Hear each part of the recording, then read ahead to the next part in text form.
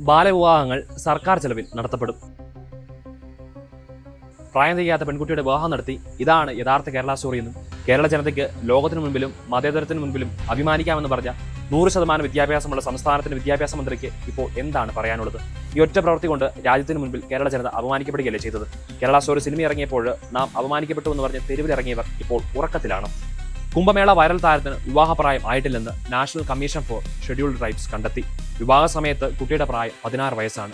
ഇതേ തുടർന്ന് Madhya Pradesh police ഭർത്താവിനെതിരെ POCSO case ചുമത്തിയിരിക്കുന്നു. ഈ വിവാഹത്തിന് നേതൃത്വം നൽകിയവരോട് ഈ സ്ഥിതി നിങ്ങളുടെ കുട്ടിക്കോ നിങ്ങളുടെ കൊച്ചുമക്കൾക്കോ നിങ്ങളുടെ കുടുംബത്തിലെ ആർക്കെങ്കിലും ആയിരുന്നെങ്കിൽ ഇത്ര ആവേശത്തിൽ ഈ വിവാഹം നടത്തി കൊടുക്കുമായിരുന്നു.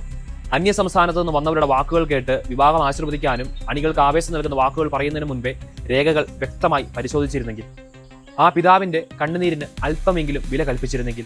ഇതൊരു പ്രണയക്കെണിയാണോ? കേരള സ്റ്റോറി സിനിമയിലൂടെ നമ്മെ അവഹേളിച്ചപ്പോൾ അതിനെതിരെ പ്രതികരിച്ചവർ ശൈശവവിവാഹത്തിന് നേതൃത്വം നൽകിയ മന്ത്രിമാരെയും നേതാക്കന്മാരെയും വിമർശിക്കാൻ വരുന്നില്ല.